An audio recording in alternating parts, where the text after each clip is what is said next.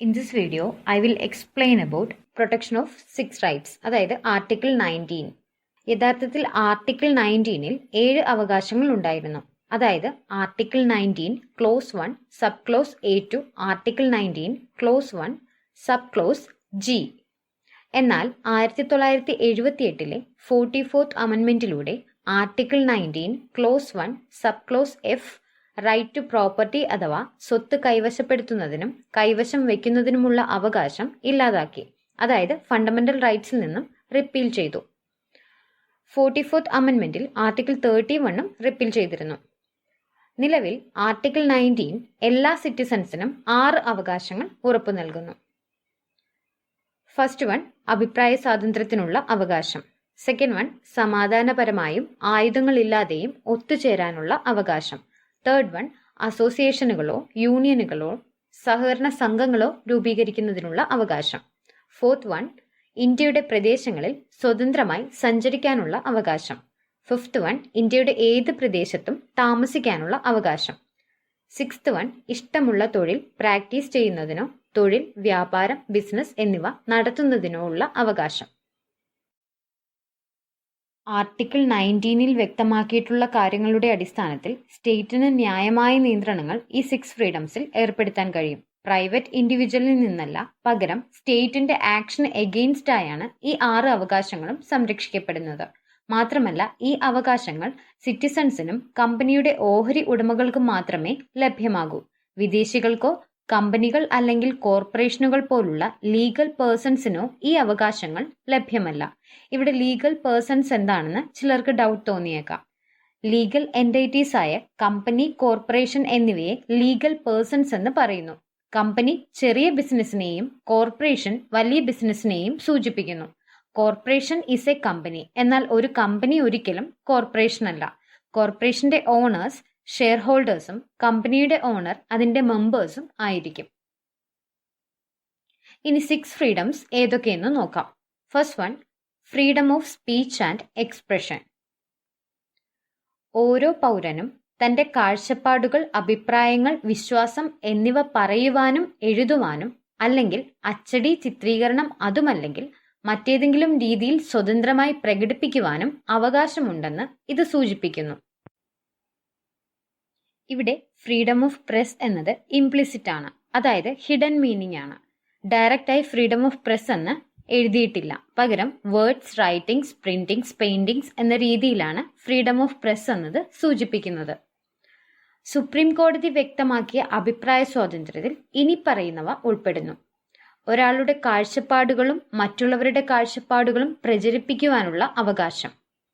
മാധ്യമ സ്വാതന്ത്ര്യം അഥവാ ഫ്രീഡം ഓഫ് പ്രസ്. കൊമേഴ്ഷ്യൽ അഡ്വർടൈസ്മെന്റിനുള്ള സ്വാതന്ത്ര്യം. ടെലിഫോണിക് സംഭാഷണം ടാപ്പ് ചെയ്യുന്നതിനെതിരെയുള്ള അവകാശം. അതായത് ഒരാളുടെ ഫോൺ സംഭാഷണം ടാപ്പ് ചെയ്യുന്നത് നിയമപരമായി തെറ്റാണ്.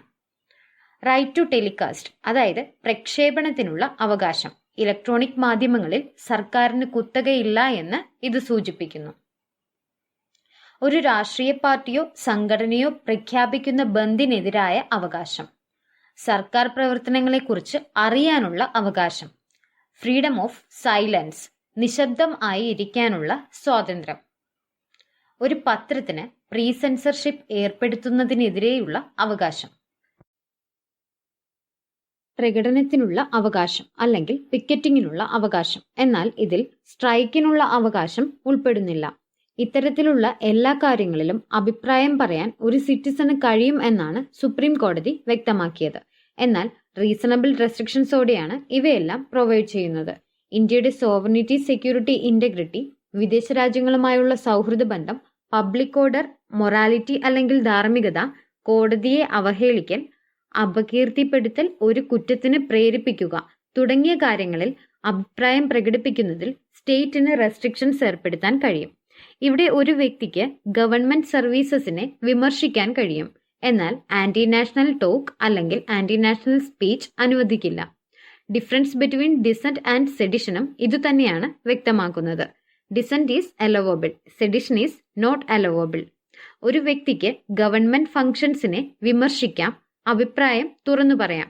അത് ഗവൺമെന്റ് ഫംഗ്ഷൻസിനെ മോർ എഫിഷ്യന്റ് ആക്കുന്നതിന് സഹായകമാകും.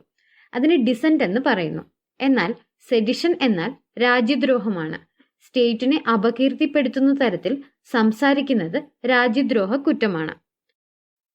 ഈ ആർട്ടിക്കിളിൽ നിന്നും പാർലമെന്ററി പ്രിവിലേജസിനെ പറ്റിയും ശ്രേയ സിംഗൽ, ബെനറ്റ് കോൾമാൻ തുടങ്ങിയ കേസസിനെ പറ്റിയുമൊക്കെ ക്വസ്റ്റ്യൻസ് ചോദിക്കാം. ആർട്ടിക്കിൾ 105 ആൻഡ് 194 പാർലമെന്റ് അംഗങ്ങൾക്ക് പാർലമെന്ററി പ്രിവിലേജസ് നൽകുന്നുണ്ട്. MP, MLA തുടങ്ങിയ വ്യക്തികൾക്ക് റെസ്ട്രിക്ഷൻസ് ഇല്ലാതെ പാർലമെന്റിൽ അവരുടെ അഭിപ്രായങ്ങൾ വ്യക്തമാക്കുന്നതിന് നൽകുന്ന സ്പെഷ്യൽ പ്രിവിലേജ് ആണിത്. ഇവിടെ സാധാരണ സിറ്റിസൺസിന് റീസണബിൾ റെസ്ട്രിക്ഷൻസ് നൽകുകയും MP, MLA തുടങ്ങിയ വ്യക്തികൾക്ക് unlimited freedom of speech parliament പ്രിമസസിൽ നൽകുകയും ചെയ്യുന്നു. ശ്രേയ സിംഗൽ കേസിൽ 2015 IT ആക്ട് 66A ഭരണഘടനാ വിരുദ്ധമാണെന്നും ഫണ്ടമെന്റൽ റൈറ്റ്സ് ആയ freedom of speech and expression violate ചെയ്യുന്നുവെന്നും സുപ്രീം കോടതി വിധി ഉണ്ടായതിനെ തുടർന്ന് IT ആക്ട് 66A റിപ്പീൽ ചെയ്തിരുന്നു. കൂടാതെ റീസെന്റ്ലി വന്ന section 118A of Kerala police act freedom of speech and expression related ആണ്. Section 118A of Kerala police act freedom of speech and expression violate ചെയ്യുന്നുവെന്ന് massive criticism ഉയർന്നിരുന്നു. ഫണ്ടമെന്റൽ റൈറ്റ്സ് വയലേറ്റ് ചെയ്യുന്നതിനാൽ 2015 supreme കോടതി Kerala police ആക്ടിലെ section 118D repeal ചെയ്തിരുന്നു. എന്നാൽ section 118Dയിൽ ചില മാറ്റങ്ങൾ വരുത്തിക്കൊണ്ടുവന്നതാണ് section 118A of Kerala police act. Next one is freedom of assembly. സമാധാനപരമായും ആയുധങ്ങളില്ലാതെയും ഒത്തുചേരാനുള്ള അവകാശം ഓരോ പൗരനുമുണ്ട്. പൊതുയോഗങ്ങൾ, പ്രകടനങ്ങൾ, ഘോഷയാത്രകൾ എന്നിവ നടത്താനുള്ള അവകാശം ഇതിൽ ഉൾപ്പെടുന്നു. ഈ സ്വാതന്ത്ര്യം പബ്ലിക് ലാൻഡിൽ മാത്രമേ ഉപയോഗിക്കാവൂ. അസംബ്ലി സമാധാനപരവും നിരായുധപരവും ആയിരിക്കണം. ഈ വ്യവസ്ഥ അക്രമപരവും ക്രമരഹിതവും കലാപപരവുമായ സമ്മേളനങ്ങളെയോ പൊതുസമാധാനം ലംഘിക്കുന്ന ഒന്നിനെയോ ആയുധങ്ങൾ ഉൾക്കൊള്ളുന്നവയെയോ പ്രൊട്ടക്ട് ചെയ്യുന്നില്ല. കൂടാതെ ഈ അവകാശത്തിൽ പണിമുടക്കാനുള്ള അവകാശം ഉൾപ്പെടുന്നില്ല, അതായത് no right to strike. Sovereignty and integrity of India, ബന്ധപ്പെട്ട പ്രദേശങ്ങളിലെ ഗതാഗതം നിയന്ത്രിക്കുന്നതുൾപ്പെടെയുള്ള പബ്ലിക് ഓർഡേഴ്സ് എന്നിങ്ങനെയുള്ള കാരണങ്ങളുടെ അടിസ്ഥാനത്തിൽ ഇതിൽ ന്യായമായ നിയന്ത്രണങ്ങൾ ഏർപ്പെടുത്താൻ സ്റ്റേറ്റിന് കഴിയും. 1973 CRPC സെക്ഷൻ 144 പ്രകാരം മനുഷ്യജീവിതം, ആരോഗ്യം, സുരക്ഷ എന്നിവയ്ക്ക് അപകടം, പബ്ലിക് പീസിന് തടസ്സം വരുത്തുക, കലാപം, ആക്രമണം എന്നിവ ഉണ്ടാക്കുക തുടങ്ങിയ കാര്യങ്ങളിൽ മജിസ്ട്രേറ്റിന് അത്തരത്തിലുള്ളൊരു ഒത്തുചേരൽ അഥവാ അസംബ്ലിക്ക് വിലക്ക് ഏർപ്പെടുത്താൻ കഴിയും. ഇന്ത്യൻ പീനൽ കോഡിലെ സെക്ഷൻ 141 പ്രകാരം 5 അതിലധികമോ വ്യക്തികളുടെ സമ്മേളനം അഥവാ അസംബ്ലിയുടെ ലക്ഷ്യം ഇനിപ്പറയുന്ന കാര്യങ്ങൾ ആണെങ്കിൽ അവ നിയമവിരുദ്ധമാകും. ഏതെങ്കിലും നിയമമോ നിയമപരമായ പ്രക്രിയയോ നടപ്പാക്കുന്നതിനെ റെസിസ്റ്റ് ചെയ്യുക, ഏതെങ്കിലും വ്യക്തിയുടെ സ്വത്ത് നിർബന്ധിതമായി കൈവശപ്പെടുത്തുക, എന്തെങ്കിലും തെറ്റ് അല്ലെങ്കിൽ ക്രിമിനൽ ട്രസ്പാസ് നടത്തുക, നിയമവിരുദ്ധമായ പ്രവൃത്തി ചെയ്യാൻ മറ്റുള്ളവരെ നിർബന്ധിക്കുക, നിയമാനുസൃതമായ അധികാരങ്ങൾ വിനിയോഗിക്കുന്നതിൽ സർക്കാരിനെയോ അതിന്റെ ഉദ്യോഗസ്ഥരെയോ ഭീഷണിപ്പെടുത്തുക, ഇത്തരത്തിലുള്ള ആവശ്യങ്ങൾക്കു വേണ്ടിയാണ് അസംബിൾ ചെയ്യുന്നതെങ്കിൽ അവ നിയമവിരുദ്ധമാണെന്ന് സെക്ഷൻ 141 വ്യക്തമാക്കുന്നു. ഇവിടെ റൈറ്റ് ടു അസംബ്ലി എന്നതിൽ സ്ട്രൈക്ക് ചെയ്യാനുള്ള അധികാരം ഉൾപ്പെടുന്നില്ല. എന്നാൽ ധർണ ചെയ്യാനുള്ള അധികാരം ഇത് നൽകുന്നു. കാരണം സമാധാനപരമായ പ്രൊട്ടസ്റ്റ് മാത്രമേ ഫണ്ടമെന്റൽ റൈറ്റ്സിൽ ഉൾപ്പെടുന്നുള്ളൂ. ധർണ പീസ്ഫുൾ പ്രൊട്ടസ്റ്റ് ആയതിനാൽ അനുവദനീയമാണ്. Next is freedom of association. എല്ലാ സിറ്റിസൺസിനും അസോസിയേഷനുകൾ, യൂണിയനുകൾ, സഹകരണ സംഘങ്ങൾ എന്നിവ രൂപീകരിക്കാൻ അവകാശമുണ്ട്. രാഷ്ട്രീയ പാർട്ടികൾ, കമ്പനികൾ, പാർട്ട്ണർഷിപ്പ് ഫേംസ്, സൊസൈറ്റികൾ, ക്ലബ്ബുകൾ, ഓർഗനൈസേഷനുകൾ, ട്രേഡ് യൂണിയനുകൾ എന്നിവ രൂപീകരിക്കുന്നതിനുള്ള അവകാശം ഇതിൽ ഉൾപ്പെടുന്നു. ഒരു അസോസിയേഷൻ ആരംഭിക്കാനുള്ള അവകാശം മാത്രമല്ല, അസോസിയേഷൻ കണ്ടിന്യൂ ചെയ്യാനുള്ള അവകാശവും ഇതിൽ ഉൾപ്പെടുന്നു. അതായത് രൂപീകരിച്ചിട്ടുള്ള അസോസിയേഷന്റെ പ്രവർത്തനങ്ങളുമായി മുന്നോട്ട് പോവാനുള്ള അവകാശവും ഇത് നൽകുന്നു. കൂടാതെ ചില അസോസിയേഷനുകളോ യൂണിയൻസോ രൂപീകരിക്കുകയോ അതിൽ ചേരുകയോ ചെയ്യരുത് എന്ന നെഗറ്റീവ് റൈറ്റും ഇത് ഉൾക്കൊള്ളുന്നു. അതായത് നിയമവിരുദ്ധമായ ചില അസോസിയേഷൻസ് രൂപീകരിക്കുകയോ അതിൽ ചേരുകയോ ചെയ്യാൻ പാടില്ല. For example terrorist groups, drug trafficking തുടങ്ങിയ associations. Sovereignty and integrity of India, public order and morality എന്നിവയുടെ അടിസ്ഥാനത്തിൽ ഈ അവകാശം വിനിയോഗിക്കുന്നതിന് സ്റ്റേറ്റിന് ന്യായമായ നിയന്ത്രണങ്ങൾ ഏർപ്പെടുത്താൻ കഴിയും. ഈ നിയന്ത്രണങ്ങൾക്ക് വിധേയമായി നിയമപരമായി ലക്ഷ്യങ്ങളും ഉദ്ദേശ്യങ്ങളും സാധ്യമാക്കുന്നതിനായി അസോസിയേഷനുകൾ അല്ലെങ്കിൽ യൂണിയനുകൾ രൂപീകരിക്കുന്നതിന് സിറ്റിസൺസിന് പൂർണ്ണ സ്വാതന്ത്ര്യമുണ്ട്. എന്നിരുന്നാലും അസോസിയേഷനു വേണ്ടി അംഗീകാരം നേടാനുള്ള അവകാശം ഒരു ഫണ്ടമെന്റൽ റൈറ്റ് അല്ല. ഫലപ്രദമായ വിലപേശലിനോ പണിമുടക്കാനുള്ള അവകാശത്തിനോ ലോക്കൌട്ട് പ്രഖ്യാപിക്കാനോ ട്രേഡ് യൂണിയനുകൾക്ക് ഗ്യാരണ്ടീഡ് റൈറ്റ് ഇല്ല എന്ന് സുപ്രീം കോടതി അഭിപ്രായപ്പെട്ടു. അതിനാൽ പണിമുടക്കാനുള്ള അവകാശം ഉചിതമായ വ്യാവസായിക നിയമത്തിലൂടെ നിയന്ത്രിക്കാൻ കഴിയും. Next one is freedom of movement. ഇന്ത്യയിലെ ഓരോ പൗരനും ഇന്ത്യൻ പ്രദേശങ്ങളിൽ ഉടനീളം സ്വതന്ത്രമായി സഞ്ചരിക്കാൻ അർഹതയുണ്ട്. ഒരു സംസ്ഥാനത്ത് നിന്ന് മറ്റൊരു സംസ്ഥാനത്തേക്ക് അല്ലെങ്കിൽ ഒരു സംസ്ഥാനത്തിനുള്ളിൽ ഒരിടത്തു നിന്ന് മറ്റൊരിടത്തേക്ക് സ്വതന്ത്രമായി സഞ്ചരിക്കാൻ ഓരോ സിറ്റിസൺസിനും കഴിയും. സിറ്റിസൺസിനെ സംബന്ധിച്ചിടത്തോളം ഇന്ത്യ ഒരു യൂണിറ്റാണെന്ന ആശയം ഇത് മുന്നോട്ട് വയ്ക്കുന്നു. പ്രാദേശികവാദത്തിന് പകരം ദേശീയ വികാരത്തെ പ്രോത്സാഹിപ്പിക്കുകയാണ് ഈ അവകാശത്തിന്റെ ലക്ഷ്യം. ഫ്രീഡം ഓഫ് മൂവ്മെന്റിന് 2 തരത്തിലുള്ള റീസണബിൾ റെസ്ട്രിക്ഷൻസ് ഉണ്ട്.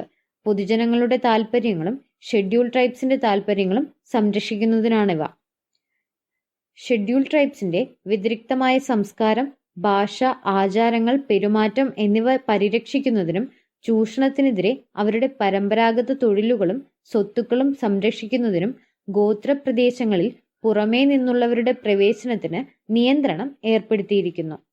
പൊതുജനാരോഗ്യത്തിന്റെ അടിസ്ഥാനത്തിലും പൊതുധാർമ്മിക താൽപ്പര്യത്തിലും പ്രോസ്റ്റിറ്റ്യൂട്ട്സിന്റെ സഞ്ചാര സ്വാതന്ത്ര്യം പരിമിതപ്പെടുത്താമെന്ന് സുപ്രീം കോടതി വിലയിരുത്തി. എയ്ഡ്സ് ബാധിതരുടെ സഞ്ചാര സ്വാതന്ത്ര്യത്തിനുള്ള നിയന്ത്രണങ്ങൾ ബോംബെ ഹൈക്കോടതി ശരിവച്ചിരുന്നു. സഞ്ചാര സ്വാതന്ത്ര്യത്തിന് 2 ഡയമെൻഷൻസ് ഉണ്ട്. ഒന്ന് ഇന്റേണൽ, അതായത് സ്റ്റേറ്റിന് ഉള്ളിൽ സഞ്ചരിക്കാനുള്ള അവകാശം. 2 എക്സ്റ്റേണൽ, അതായത് രാജ്യത്തിന് പുറത്തേക്ക് പോകാനുള്ള അവകാശവും തിരികെ മടങ്ങാനുള്ള അവകാശവും. ആർട്ടിക്കിൾ 19 ഇന്റേണൽ ഡയമെൻഷൻസ് മാത്രം പരിരക്ഷിക്കുന്നു, അതായത് രാജ്യത്തിന് ഉള്ളിലുള്ള സഞ്ചാരം. ആർട്ടിക്കിൾ 21 എക്സ്റ്റേണൽ ഡയമെൻഷൻ പ്രൊട്ടക്ട് ചെയ്യുന്നു, അതായത് രാജ്യത്തിന് പുറത്തേക്ക് പോകുന്നതിനും തിരികെ വരുന്നതിനുമുള്ള അവകാശത്തെ ആർട്ടിക്കിൾ 21 പ്രൊട്ടക്ട് ചെയ്യുന്നു. റൈറ്റ് ടു മൂവ്മെന്റിൽ റീസണബിൾ റെസ്ട്രിക്ഷൻസ് ഉണ്ടെങ്കിലും എക്സ്പ്രസ് ആൻഡ് ഇംപ്ലിസിറ്റ് ബാർസിനെ ഇത് വിലക്കുന്നു. 2 പ്ലേസസിനെ തമ്മിൽ കണക്ട് ചെയ്യാൻ ഒരേയൊരു റോഡ് മാത്രമേ ഉള്ളെങ്കിൽ അവിടെ ടോൾ സ്ഥാപിക്കുന്നത് അവിടെ താമസിക്കുന്ന വ്യക്തികളുടെ സഞ്ചാര സ്വാതന്ത്ര്യത്തിന് തടസ്സം ഏർപ്പെടുത്തുന്നതിന് തുല്യമാണ്. അതിനാൽ അവിടെ ടോൾ പ്ലാസ സ്ഥാപിക്കുന്നത് നിയമവിരുദ്ധമാണ്. റൈറ്റ് ടു മൂവ്മെന്റ് വയലേഷൻ, ഇതിനെ ഇംപ്ലിസിറ്റ് ബാർ എന്ന് പറയുന്നു. സഞ്ചാരയോഗ്യമായ ഓൾട്ടർനേറ്റീവ് റോഡുകൾ ഉണ്ടെങ്കിൽ മാത്രമേ, അതായത് ഒന്നിലേറെ റോഡുകൾ ഉണ്ടെങ്കിൽ മാത്രമേ ആ സ്ഥലങ്ങൾ തമ്മിൽ ബന്ധിപ്പിക്കുന്ന സ്ട്രെയിറ്റ് റോഡിൽ ടോൾ ഏർപ്പെടുത്താൻ കഴിയുകയുള്ളൂ. മറ്റൊരു കാര്യം, ഒരു ഇന്ത്യൻ പ്രദേശത്ത് താമസിക്കുന്ന വ്യക്തികളെ അല്ലെങ്കിൽ ആ പ്രദേശത്തെ മൊത്തമായി റോഡ്, റെയിൽ, വ്യോമമാർഗങ്ങൾ വഴി ബ്ലോക്ക് ചെയ്തുകൊണ്ട് മറ്റുള്ള പ്ലേസസിൽ നിന്നും ഒറ്റപ്പെടുത്തിയാൽ അതിനെ എക്സ്പ്രസ് ബാർ എന്ന് പറയുന്നു. ഇതും വ്യക്തികളുടെ ഫണ്ടമെന്റൽ റൈറ്റ്സ് വയലേഷൻ ആയതിനാൽ ഭരണഘടനാ വിരുദ്ധമാണ്. സോ ഇന്ത്യൻ പ്രദേശങ്ങളിൽ എവിടെയും റീസണബിൾ റെസ്ട്രിക്ഷൻസോടെ സഞ്ചരിക്കുവാൻ ഇന്ത്യൻ സിറ്റിസൺസിന് സ്വാതന്ത്ര്യമുണ്ട്. റീസണബിൾ റെസ്ട്രിക്ഷൻസ് എന്ന് പറയുമ്പോൾ മിലിറ്ററി ഏരിയാസിലാവാം, ഗവൺമെന്റ് നിഷ്കർഷിച്ചിട്ടുള്ള മറ്റു പ്ലേസസിലാവാം, കർഫ്യൂ ആവാം. ഒരു ഹെൽത്ത് ഇഷ്യൂ ഉണ്ടാവുമ്പോൾ പൊതുജനങ്ങളുടെ സുരക്ഷ മാനിച്ച് ഒരു വ്യക്തിയുടെ സഞ്ചാര സ്വാതന്ത്ര്യത്തെ തടയുന്നതും റീസണബിൾ റെസ്ട്രിക്ഷന് എക്സാമ്പിൾ ആണ്. Next one is freedom of residence. ഓരോ സിറ്റിസൺസിനും രാജ്യത്തിന്റെ ഏത് പ്രദേശത്തും താമസിക്കാനും സെറ്റിൽ ചെയ്യാനുമുള്ള അവകാശമുണ്ട്. അതായത് രാജ്യത്തിന്റെ ഏത് ഭാഗത്തും താൽക്കാലികമായോ സ്ഥിരമായോ താമസിക്കാനുള്ള അവകാശം. രാജ്യത്തിനകത്തോ അതിന്റെ ഏതെങ്കിലും പ്രദേശങ്ങൾക്കിടയിലോ ഉള്ള ഇന്റേണൽ ബരിയേഴ്സ് നീക്കം ചെയ്യുന്നതിനാണ് ഈ അവകാശം. ഇത് ദേശീയതയെ പ്രോത്സാഹിപ്പിക്കുകയും നാരോ മൈൻഡഡ് അഥവാ സങ്കുചിത മനോഭാവം ഒഴിവാക്കുകയും ചെയ്യുന്നു. പൊതുജനങ്ങളുടെ താൽപ്പര്യം സംരക്ഷിക്കൽ, ഷെഡ്യൂൾ ട്രൈബ്സിന്റെ താൽപ്പര്യങ്ങൾ സംരക്ഷിക്കൽ എന്നിങ്ങനെ 2 രീതിയിൽ ന്യായമായ നിയന്ത്രണങ്ങൾ ഇവിടെയും സ്റ്റേറ്റിന് ഏർപ്പെടുത്താൻ കഴിയും. പട്ടികവർഗക്കാരുടെ വ്യതിരിക്തമായ സംസ്കാരം, ഭാഷ, ആചാരങ്ങൾ, പെരുമാറ്റം എന്നിവ പരിരക്ഷിക്കുന്നതിനും ചൂഷണത്തിനെതിരെ അവരുടെ പരമ്പരാഗത തൊഴിലുകളും സ്വത്തുക്കളും സംരക്ഷിക്കുന്നതിനും പുറമേ നിന്നുള്ളവർ ഗോത്രമേഖലയിൽ താമസിക്കുന്നതിന് നിയന്ത്രണം ഏർപ്പെടുത്തിയിരിക്കുന്നു. രാജ്യത്തിന്റെ പല ഭാഗങ്ങളിലും ഗോത്രവർഗക്കാർക്ക് അവരുടെ ആചാരപരമായ നിയമങ്ങൾക്കനുസൃതമായി അവരുടെ സ്വത്തവകാശം നിയന്ത്രിക്കാൻ അനുവാദമുണ്ട്. ചില പ്രദേശങ്ങളിൽ പ്രോസ്റ്റിറ്റ്യൂട്ട്സ്, പതിവ് കുറ്റവാളികൾ തുടങ്ങിയ വ്യക്തികളെ നിരോധിക്കാമെന്ന് സുപ്രീം കോടതി വിലയിരുത്തി. മുകളിൽ പറഞ്ഞതിൽ നിന്ന് താമസിക്കാനുള്ള അവകാശവും സഞ്ചാരത്തിനുള്ള അവകാശവും ഒരു പരിധിവരെ പരസ്പരം ബന്ധപ്പെട്ടിരിക്കുന്നു. Both are complementary to each other.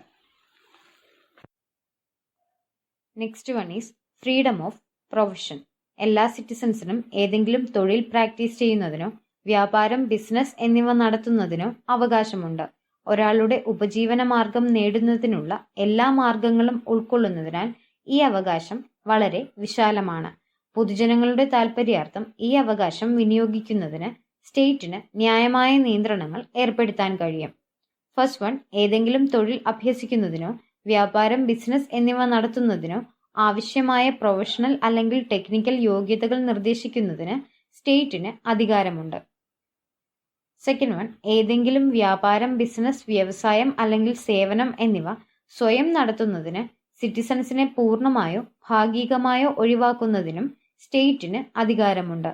അതിനാൽ ഒരു വ്യാപാരം, ബിസിനസ്, വ്യവസായം അല്ലെങ്കിൽ സേവനം എന്നിവ ഒരു കുത്തകയായി പൂർണ്ണമായോ ഭാഗികമായോ പൗരന്മാരെ ഒഴിവാക്കി നടത്തുന്നതിന് ഒരു എതിർപ്പും ഉന്നയിക്കാനാവില്ല. അതായത് സ്റ്റേറ്റിന് അതിന്റെ മോണോപോളി ജസ്റ്റിഫൈ ചെയ്യേണ്ട ആവശ്യമില്ല.